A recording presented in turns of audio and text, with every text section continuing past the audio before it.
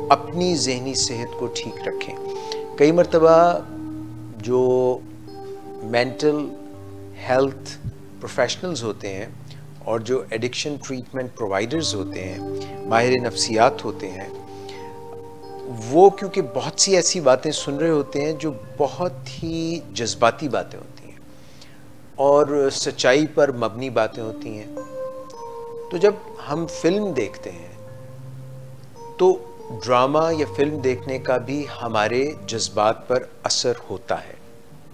चे जाए कि हम सचमुच इंसानों के दरमियान बैठ के उनकी ऐसी बातें सुने जो वो शायद किसी और से नहीं कर सकते, और ना सिर्फ वो बातें सुने बल्कि उनकी जो गिरहें लगी हुई हैं उनको भी आहिस्ता आहिस्ता खोलें ताकि वो उलझनें सुलझ जाएं। ऐसा करने में कई मर्तबा ख़ुद अपने ऊपर भी असरात मुरतब होते हैं और कई दफ़ा वो मनफी असरात मुरतब होते हैं। कभी अपनी भी जज्बात जो हैं उनमें भी गिरहें लगनी शुरू हो जाती हैं। तो अपनी ज़हनी सेहत का ख्याल रखना इंतहाई ज़रूरी है। ज़हन की सेहत का गहरा ताल्लुक़ जिस्मानी सेहत से है। जिस्मानी सेहत जो है हम समझते हैं कि सिर्फ दिमाग तक महदूद है। हकीकत यह है कि जिस्मानी सेहत का बड़ा गहरा ताल्लुक दिमाग से है, मगर वो वहाँ तक महदूद नहीं है। इस बात पर बहुत बहस रहती है कि दिल भी सोचता है या नहीं। तो दिल सचमुच आपके ज़हन की एक एक्सटेंशन है। दिल जैसा महसूस करता है, दिल के ऊपर जो कैफियत हमारी आँखों और हमारी पांचों हवास जो हैं उनकी जो हमारे ऊपर एक साया पड़ता है, उनकी एक रिफ्लेक्शन पड़ती है, उसका असर दिल पर भी होता है। और दिल जिस तरह से बिहेव करता है मैकेनिकली, उसका असर फीडबैक लूप से हमारे दिमाग पर पड़ता है। इसी तरह जैसा हम महसूस कर रहे होते हैं उसका ताल्लुक हमारे निज़ामे इंहिज़ाम, गैस्ट्रो इंटेस्टिनल सिस्टम,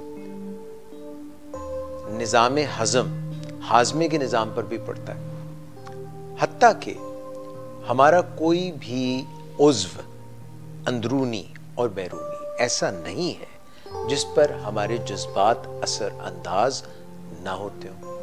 तो इसका मतलब है कि हमारे जिस्म का और हमारे दिमाग का बहुत गहरा ताल्लुक है और इन्हीं से मिलकर हमारी नफ्सियात बनती हैं। तो जब हमने किसी की नफ्सियात का ख्याल रखना होता है तो हमें उसके जिस्मानी और दिमागी और नफ्सियाती मसाइल के साथ साथ अपने भी इन तमाम पहलुओं पर काम करते रहना चाहिए, क्योंकि ये लेना और देना है।